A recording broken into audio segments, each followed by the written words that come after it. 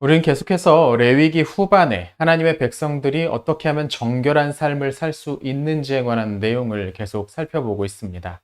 그중에서 오늘 살펴볼 내용은 산모, 그러니까 아이를 낳은 어머니에 관련된 그런 규례입니다. 우선 이 소재를 다루는 방식이 흥미롭습니다. 지난 시간에 살펴봤던 내용은 음식과 관련된 부정함과 정결함, 뭐 이런 내용이었죠.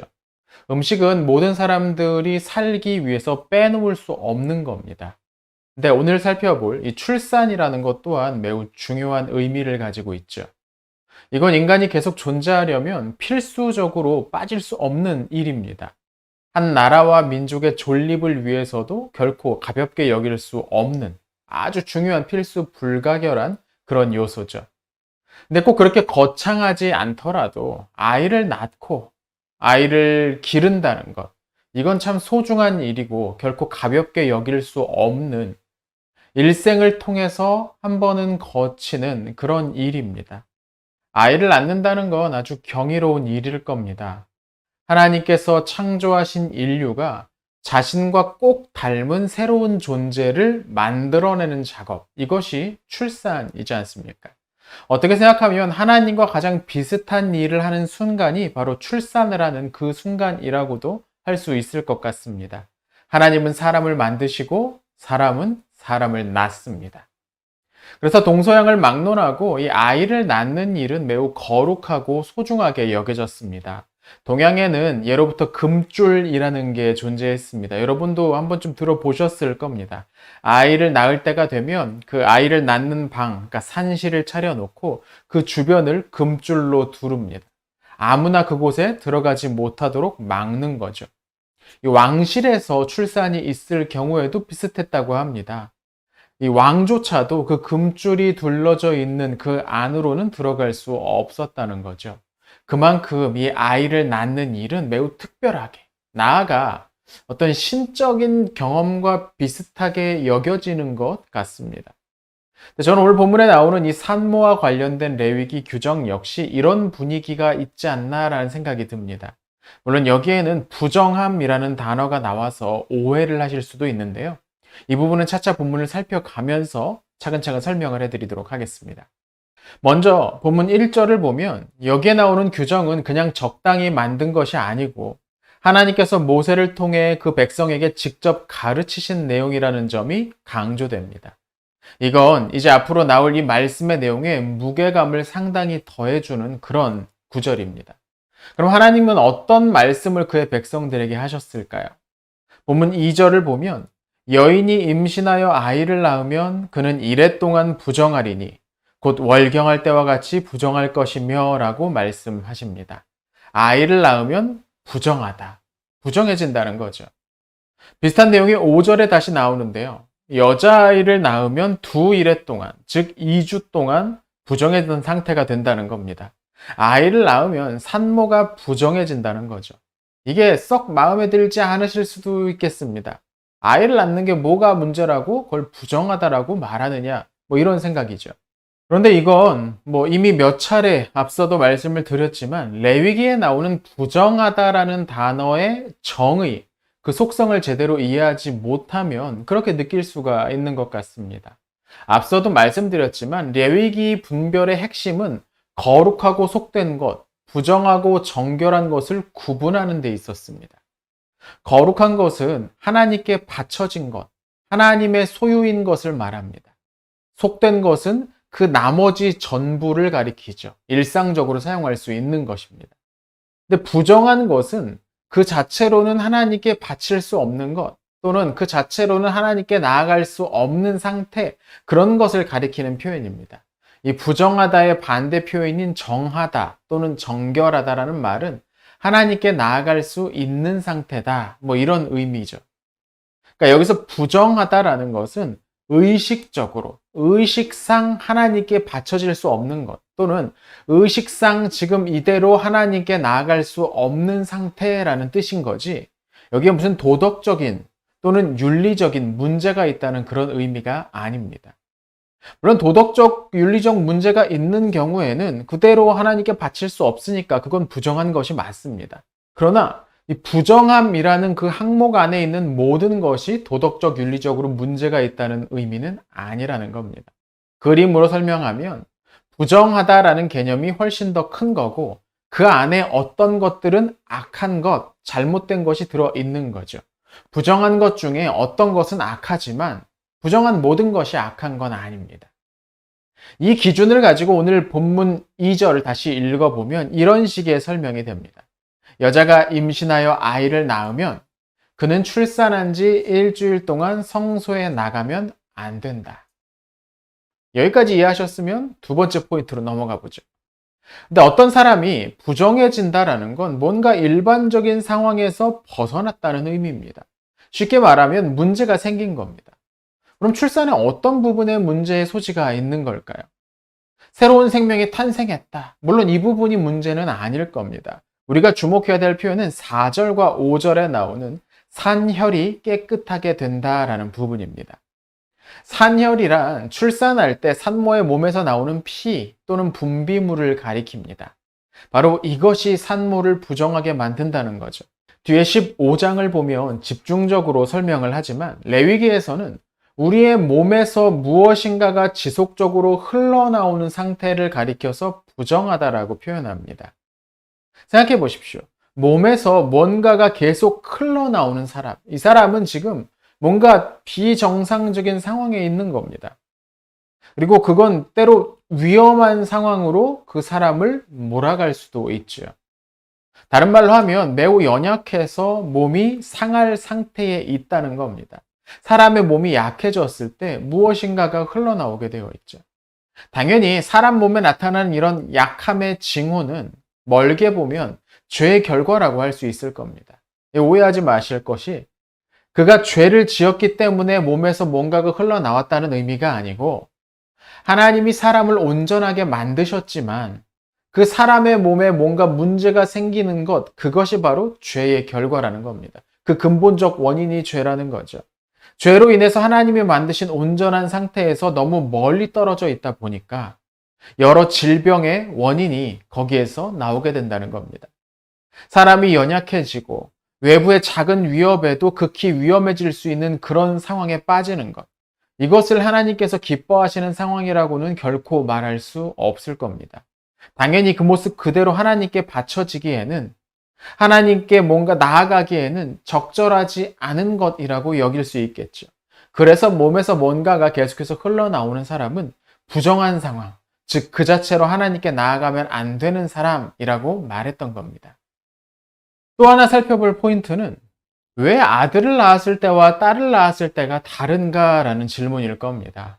아들을 낳으면 7일간 부정해지고 이후 33일이 지난 후에 완전히 정결한 상태가 되어서 성소에 나아가거나 성소에 바칠 제물을 만지거나 할 수 있었습니다. 근데 딸을 낳으면 14일 동안, 2배죠. 14일 동안 부정해지고 이후 66일이 지난 후에야 다시 성결한 상태가 됩니다. 왜 이렇게 아들과 딸의 차이가 있느냐? 이건 아쉽지만 그 이유에 대해서 확실하게 대답을 드릴 수가 없습니다. 레위기 안에서 이것이 설명이 되지 않거든요.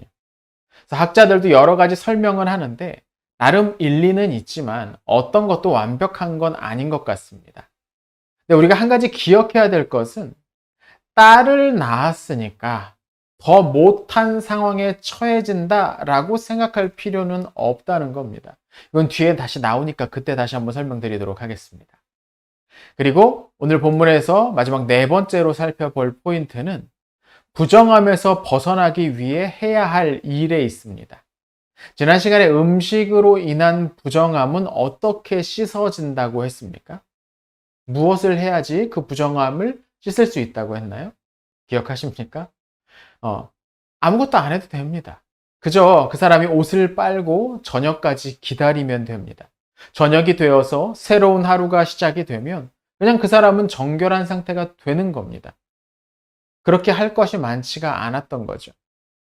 그런데 이 산모의 부정함은 그것보다는 좀 더 복잡한 절차가 필요했습니다. 어떤 것이 있었습니까? 본문 6절을 보면 산모와 그의 가족이 두 가지 제사를 드려야 했습니다. 번제와 속죄제였습니다.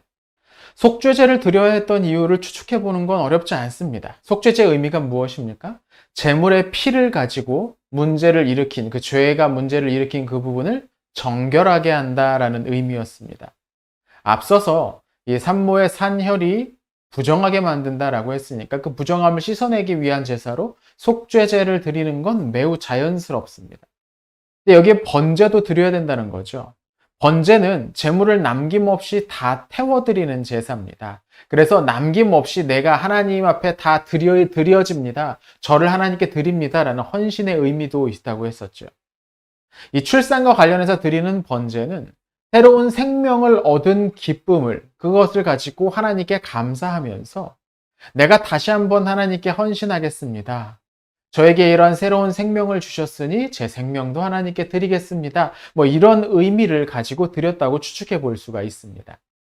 그러니까 여기에 나오는 분위기는 출산과 관련해서 굉장히 기쁘고 좋은 분위기였다는 겁니다. 감사하고 기쁨의 의미가 담긴 제사를 드리고 있는 거죠. 이때 번제 제물로 무엇을 드렸습니까? 1년 된 어린 양을 드렸습니다.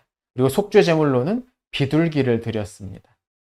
그런데 집이 가난해서 1년 된 어린 양을 구할 수 없는 상황이라면 비둘기 한 쌍, 즉 2마리를 드렸습니다. 한 마리는 번제 예물로 드리고 또 다른 한 마리는 속죄제 예물로 드릴 수 있었던 거죠.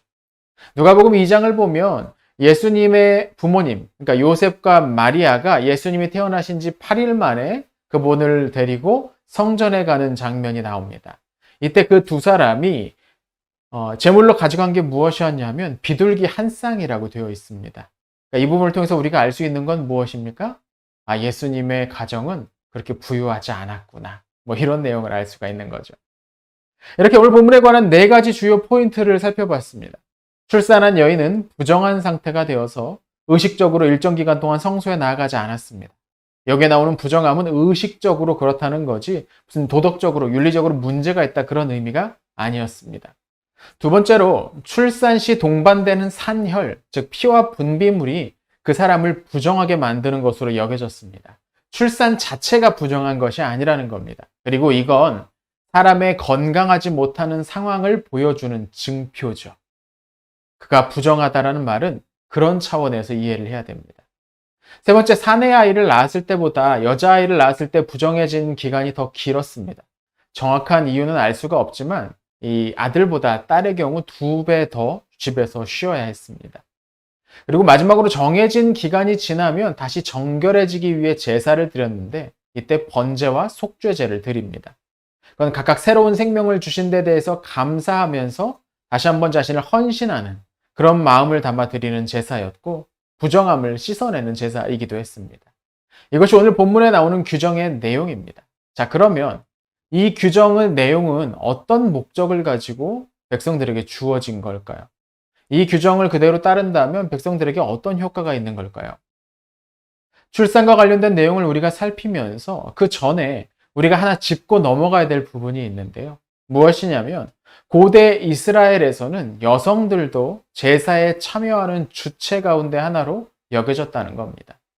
본문 4절을 보면 출산한 여성이 성물을 만지거나 성소에 들어가지 말라고 말합니다. 이 말은 흥미롭게도 역으로 생각하면 출산하지 않은 보통의 상황이라면 여성도 성물을 만지거나 성소에 들어가서 의식에 참여할 수 있었다는 것을 반증하는 그런 구절입니다. 만약 그게 평소에도 불가능했다면 굳이 여기에서 그런 걸 하면 안 된다라고 덧붙일 필요가 없었겠죠. 여기서 성소에 들어갈 수 있다는 건 성막 안까지 들어간다는 건 아니고요. 그건 보통의 남성도 할 수 없었고요. 제사장에게만 허용된 거였습니다. 그게 아니라 성소의 뜰 안에, 그러니까 번제단이 있고 거기서 제사가 드려지는 그곳까지는 들어갈 수 있었다라는 의미로 해석해야 될 겁니다. 그리고 앞서 우리가 배웠던 5가지 제사를 가만히 생각해 보십시오. 여성들이 그 자리에 들어갈 수 있을 만한 공간, 그런 자리가 굉장히 많았습니다.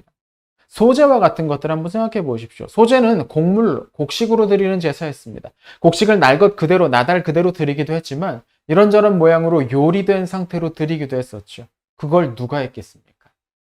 물론 나중에 성전이 크게 세워지고 수많은 사람들이 제물을 가져다 바치는 그런 상황이 되면 이걸 일일이 어떻게 할 수가 없으니까 성소 안에서 따로 일괄적으로 하나님께 바칠 그 제물을 조리하는 그런 레위인들이 따로 있기도 했었습니다. 하지만 이 성막 시대에는 아직 그 정도까지 역할이 분화되지는 않았던 것으로 보입니다. 즉, 성물, 제물을 준비하는 과정에서 여성들이 참여할 수 있는 여지가 되게 많았다는 거죠. 곡식을 재배하고 가축을 키우고 하는 힘든 일들 중에서 많이 힘든 것들은 남성들이 나와서 했겠지만 그 일 자체도 여성들이 함께 참여했을 겁니다. 그리고 특별히 제물을 만드는 일의 경우에는 여성들이 아마 좀 더 주도적으로 참여하지 않았을까라는 생각이 듭니다. 그리고 화목제를 한번 생각해 보십시오. 화목제 제사에서 가장 큰 특징은 제사를 드리러 나온 사람이 자신이 드린 제물의 일부를 받아서 먹는 의식이었습니다. 이건 그냥 제사 끝났으니까 우리 같이 음식 먹읍시다 라는 의미가 아니고 제사의 절차였어요. 반드시 다시 돌려받은 그 제물을 사흘 이내에 먹어야만, 제사에 따라서 하루 안에 먹어야 되는 것도 있었죠. 그러니까 반드시 정해진 기간 안에 그 제물을 먹어야만 그 제사가 온전히 끝나는 것이었습니다. 당연히 그 제물을 혼자서 먹는 것은 불가능했을 겁니다. 가족끼리 나눠 먹는 겁니다. 다 같이 먹는 거죠. 이 가운데 여성 구성원이 빠졌다는 그런 추측을 할 만한 구절은 전혀 보이지 않습니다. 무슨 말입니까? 여성들도 이 화목제 제물에 당당한 참여의 일원이었다는 거죠. 남자나 여자나 그리스도 예수 안에서 다 하나다라는 바울의 선언은 단지 신약시대에 새롭게 나온 그런 사상이 아니었습니다. 이미 민수기 5장 6절이나 신명기 29장 18절을 보면 하나님께서는 남자나 여자나 율법 안에서 동등한 책임을 져야 되는 당사자라고 말씀하고 계십니다. 즉, 이 부분은 고대 세계에서 일반적으로 무시되거나 없는 존재, 특별히 종교의식에 있어서 그렇게 여겨졌던 여성이 하나님의 율법 안에서는 그 일익을 담당해야 될 율법 준수의 주체로 등장한다는 점에서 우리가 기억해야 될 부분이라는 겁니다. 그리고 오늘 우리가 살피고 있는 이 장은 여성에게만 해당되는 그런 장이기도 하죠. 자, 그런데 이 규정의 의미는 여기에서 그치지 않습니다. 사실 오늘 본문에 나오는 레위기 12장 규정을 가만히 읽어보면 이 규례의 본래 의미는 아마도 산모를 보호하기 위한 것이 아닌가라는 생각이 듭니다. 오늘 본문은 사녀를 쏟아낸 여성이 월경을 할 때와 마찬가지로 부정한 상황에 처할 것이라고 규정합니다. 근데 이 당시 레위기 15장을 보면 월경에 관한 부정함이란 그가 만지는 모든 것에 그 부정함이 옮겨진다고 되어 있습니다. 그리고 그 부정함과 접촉한 사람은 저녁까지 또 부정해지게 되죠.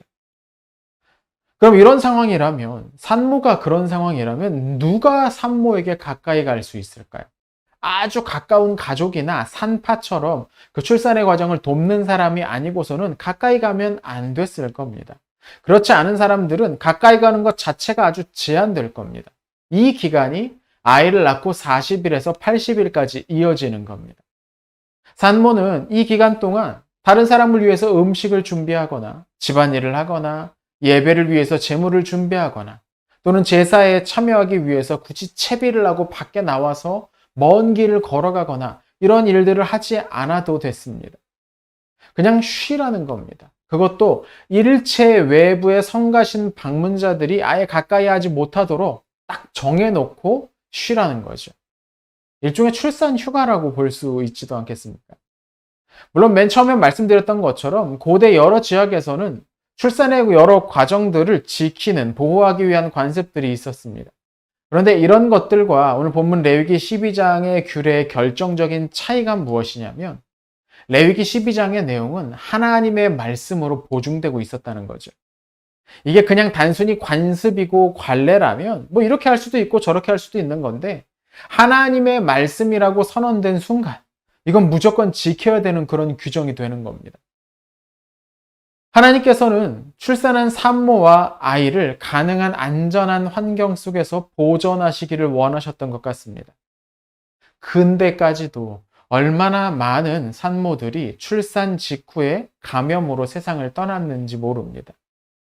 이 당시 사람들이 가지고 있었던, 그러니까 기원전 14세기 이 사람들이 가지고 있었던 기술적이고 의학적이고 생물학적 지식을 통틀어서 산모를 가장 안전하게 보존할 수 있는 것은 그저 외부인들과의 접촉을 줄이는 것이었을 겁니다.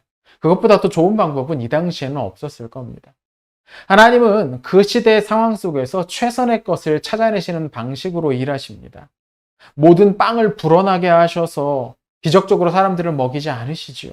모든 물고기들을 몇 마리 되지 않는 그것을 가지고 불려서 그분의 백성들을 늘 먹이지는 않으신다는 겁니다.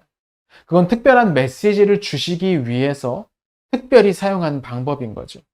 대개 하나님은 어떤 식으로 일하시냐면 그 시대의 도구와 그 시대의 사람들의 경험과 지혜를 통해서 그것을 사용하셔서 일하십니다. 산모에 관한 이 처우도 마찬가지입니다. 그러니까 오늘 우리가 이 규정을 문자 그대로 지킴으로써 하나님의 뜻을 다했다고 생각해서는 안 됩니다. 아마도 하나님께서는 지금 우리가 처한 상황 속에서, 지금 우리가 아는 기술과 지식 속에서, 지금 우리가 가지고 있는 수단 속에서 산모와 아이를 가장 안전하게 보호할 수 있는 방법을 찾기를 원하실 겁니다. 제가 보기에 이 본문에 담겨 있는 의미는 여기에 있습니다. 원고를 준비하면서 우리나라에 있는 모자보건법이라는 법 조항을 한번 찬찬히 살펴봤습니다. 물론 시행령까지 다 훑어본 건 아니지만 본래 법률 조항을 가만히 살펴보면 완벽하지는 않아도 임신과 출산에 관한 다양한 사항들을 법으로 규정하면서 도우려는 의지가 이렇게 반영되어 있구나 라는 생각을 하게 됐습니다. 관련 행정 업무를 담당할 기관을 설립하고 또 수요 시설을 확충하고 모자 보건 수첩을 만들어서 일정한 혜택을 주기도 하고 신생아에게 예방접종을 무료로 해주고 미숙아를 위한 신생아 집중 치료시설, 이게 꽤 비싸기 때문에 민간 병원에서는 잘 만들려고 하지 않습니다. 그래서 국가에서 자금을 투입해서 확충하게 하고 또 난임을 극복하기 위해서 여러 지원 사업을 추진하고 임신 중절이나 이 낙태를 예방하기 위한 방안을 간구하도록 법에 규정되어 있더라고요. 그러니까 범위도 굉장히 넓습니다. 결정적으로 이 모든 것을 정부의 책임이라고 강제하고 있습니다. 오늘 우리가 살펴볼 이 율법의 말씀에 따르면 산모와 아이를 보호하는 일은 하나님의 명령이고 그걸 받은 존재는 단지 어떤 국가기관만이 아니고 하나님 백성 전체입니다. 하나님을 따르는 사람, 하나님께 속해 있는 사람은 모두 이 일에 힘써야 된다는 거죠. 우리는 이 일을 그러니까 국가에만 맡겨두려고 해서는 안 됩니다. 모든 것이 행정기관이 알아서 다 하겠지라고 하는 태도는 결코 적절하지 않습니다. 그건 하나님의 백성으로도 또 민주국가에서 사는 시민으로도 적합한 태도는 아닐 겁니다. 당연히 교회 안에서도 이 본문과 관련해서 여러 가지 일들을 고민하고 실제로 해볼 수 있는 대로 실천하기 위해서 노력해야겠죠. 그럼 오늘날 임신과 출산에 이르는 과정, 산모를 위해서 어떤 일을 교회는 할 수 있을까요? 우선 임신과 출산 그리고 양육의 과정, 그 전 과정에 사회적인 관심과 또 적절한 지원이 이루어질 수 있도록 좋은 정책이 만들어지도록 노력해야 됩니다. 그런 관련된 그런 정책들을 추진할 수 있도록 정치인들을 압박할 수도 있고요. 그런 것들을 공약하고 실천할 수 있는 사람을 지지하는 것도 한 가지 방법이겠죠. 사실 정치적인 영역과 하나님 백성의 삶은 아예 떨어질 수가 없습니다. 그리스도인들은 정치 의식에 있어서도 특별히 깨어 있어야 됩니다. 그냥 누군가 하는 이야기, 어디 이상한 영상이나 이상한 사이트에서 하는 이야기를 무비판적으로 수용할 것이 아니고 정말로 그것이 그런가를 확인해야 되는 것이죠. 요새는 내가 지지하는 정치인이나 내가 지지하는 정당이 하는 말이다, 뭔가 하고 있다라고 하면 그냥 비판하지 않고 무조건 따라야만 하는 것처럼, 그렇지 않으면 바로 욕하고 그렇게 사납게 달려드는 모습이 많이 여기저기서 보이는 것 같습니다. 그러나 그건 결코 적절한 태도는 아니겠죠. 그리스도인들은 정부가 잘못된 일을 할 때, 그런 정책 판단을 하고 있을 때 이에 대해서 반대 의사를 다양한 수단으로 표시해야 됩니다. 우리가 함께 살아가는 나라가 더 좋게 되기를 바란다면 다양한 고민들을 함께 하고 함께 참여해야 되는 거죠. 또 교회 안에서도 산모와 아이들을 위해서 할 수 있는 일들은 많이 있을 겁니다. 예를 들면 산모나 아이를 갖기를 원하는 그런 부부들을 위해서 집중적으로 기도하는 모임, 특별한 목적을 두고 만든 기도 모임이 있을 수도 있겠죠. 또 먼저 아이를 키운 경험이 있는 분들이 처음으로 아이를 낳아서 기르는 사람들의 일종의 멘토가 돼서 그들의 어려움을 들어주고 조언해 줄 수 있는 또 기도해 줄 수 있는 그런 관계를 맺는 것도 가능합니다. 저는 한 발 더 나아가서 교회가 교회 밖에 있는 여러 문제들을 해결하기 위한 고민을 할 필요가 있다고 봅니다. 한 가지 예로 우리나라의 10대 미혼모들이 참 많습니다. 이들을 돕기 위한 모임을 만들어 보는 것도 생각해 볼 수가 있는 거죠. 이 출산이라는 것이 기쁨과 선물, 복이 돼야 되는데 이 출산이 굉장한 위기로 다가오는 사람들이 바로 이 나이 어린 미혼모들입니다. 그 저간의 과정을 우리가 다 알지는 못하더라도 적어도 이들이 생명을 버리지 않고 귀하게 여기고 어떻게든 키워보려고 애쓰고 버둥거리는 그 모습을 우리가 적극적으로 돕고 기도해 줘야 되지 않겠습니까? 교회가 할 수 있는 일은 제법 많습니다. 모든 것을 국가가 나서서 해결해 줄 수는 없는 법이죠. 그리고 이것은 하나님께서 그분의 백성들에게 원하시는 그런 행동이라고 저는 믿습니다. 하나님은 그분의 백성들이 특별히 여성들, 산모를 보호하기를 기대하셨습니다. 오늘 본문의 율법은 산모들이 그 시대 사람들이 할 수 있는 가장 안전한 조치를 받도록 규정하고 있습니다. 출산은 어떤 의미에서 앞에서 말씀드렸던 것처럼 하나님과 가장 비슷해지는 그런 순간입니다. 우리는 임신과 출산, 그리고 아이를 양육하는 부분에 있어서 하나님의 손길이 그들에게 가서 닿을 수 있도록 우리가 하나님의 손이 되어야 한다는 것을 잊지 말아야 할 겁니다. 하나님은 손이 없으십니다. 그래서 하나님은 일하실 때 그분의 손이 되어줄 사람들, 그분의 백성들을 사용하십니다. 우리가 하나님의 손이고 우리가 하나님의 발입니다. 세상을 생명으로 가득 채우는 일은 하나님이 우리에게 주신 사명입니다. 수많은 작고 새로운 생명들을 아끼고 보호하는 것, 그건 교회의 가장 큰 사명일 겁니다. 우리에게 하나님께서 이 일을 위한 지혜와 힘을 주시기를 축원합니다. 함께 기도하겠습니다. 하나님, 이 땅 가운데 날마다 새로운 생명들이 태어나게 해주시니 감사합니다. 그건 여전히 주님께서 이 세상을 신실하게 보존하시고 사랑하고 계신다는 가장 큰 증거인 것 같습니다. 주님, 이 땅의 교회가 생명을 살리는 사역에 더 집중하게 하여 주옵소서. 약한 이들을 보호하고 작고 연약한 생명들을 더욱 귀히 여기는 저희 그리스도인이 되게 하옵소서. 예수님 이름으로 기도합니다. 아멘.